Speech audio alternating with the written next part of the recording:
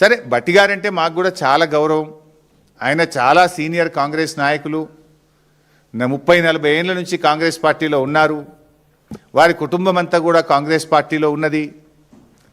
అత్యున్నత హోదా పొందే అవకాశం ఉన్నటువంటి నాయకుడు భట్టి గారు. ఆ అత్యున్నతమైన హోదా పొందడానికి అందరికంటే ముందు వరుసలో ఉండేటువంటి నాయకుడు భట్టి గారు. మాకు కూడా గౌరవం ఉంది. కానీ నేను చెప్పదలుచుకున్నది ఒక్కటే భట్టి గారికి, భట్టి గారు మీరంత అపారమైన అనుభవం గల నాయకుడు, అత్యున్నత హోదా అందుకోవడానికి అనుభవం ఉన్నటువంటి అర్హత ఉన్నటువంటి నాయకులు మీరు. దయచేసి మీరు రేవంత్ రెడ్డి గారి కళ్ళల్లో ఆనందం కోసం పనిచేయకండి. రాష్ట్ర ప్రజల కళ్ళల్లో ఆనందం చూసే విధంగా పనిచేయడం ఒక సీనియర్ నాయకుడిగా మీ బాధ్యత అని నేను చెప్పదలుచుకున్నా.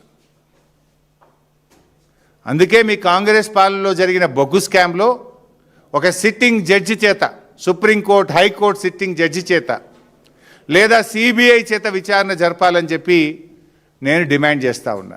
రేవంత్ రెడ్డితో మాట్లాడితే ఏమవుతుంది? నువ్వు ఏమంటున్నావు? ఉత్తరం రాయి, నేను రేవంత్ రెడ్డితో మాట్లాడి చెప్తా అంటున్నావు. అరే కుంభకోణానికి సూత్రధారి పాత్రధారి అంతా రేవంత్ రెడ్డి అంటే నువ్వు ఆయనతో మాట్లాడటానికి దొంగ చేతికి తాలపు చేలు ఇచ్చినట్టు కదా ఇది. అందువల్ల ముఖ్యమంత్రి స్థాయి వ్యక్తి మీద విచారణ జరగాలంటే అది కేంద్ర ప్రభుత్వ స్వతంత్ర ప్రతిపత్తి కలిగిన సంస్థ విచారణ జరపాలి. సెంట్రల్ విజిలెన్స్ కమిషనా, సిబిఐయా, ఒక సుప్రీంకోర్టు సిట్టింగ్ జడ్జి చేతన ఆ స్థాయిలో జరపండి. అందుకే నేను కేంద్ర మంత్రి గారికి లేఖ రాశాను. సరే ఇంకా కొన్ని విషయాలు ఉన్నాయి, నేను మళ్ళీ నెక్స్ట్ రౌండ్లో చెప్తే ఇలా ఎక్కువైతున్నాయి. కేంద్ర ప్రభుత్వం పంపిన కమిటీ ఎవరు, ఆ కమిటీలో ఉన్న వాళ్లకు వీళ్ళకున్న సంబంధాలు ఏంది, వాళ్ళు కూడా ఎట్లా కుమ్మక్కైతుండ్రు, ఆల్ దోస్ డీటెయిల్స్ నేను మళ్ళీ చెప్తాను. సో నేను ఫైనల్గా మళ్ళీ చెప్పేది ఒక్కటే, ఈ సైట్ విజిట్ సర్టిఫికెట్ తెచ్చిందే కాంగ్రెస్, స్కామ్కు తెరలేపిందే కాంగ్రెస్, డీజిల్ కుంభకోణాన్ని తెచ్చింది కాంగ్రెస్. ఇంకా నేను చాలా పాయింట్స్ కూడా చెప్పిన, బహుశా మీరు గమనించి ఉంటారనుకుంటున్నా.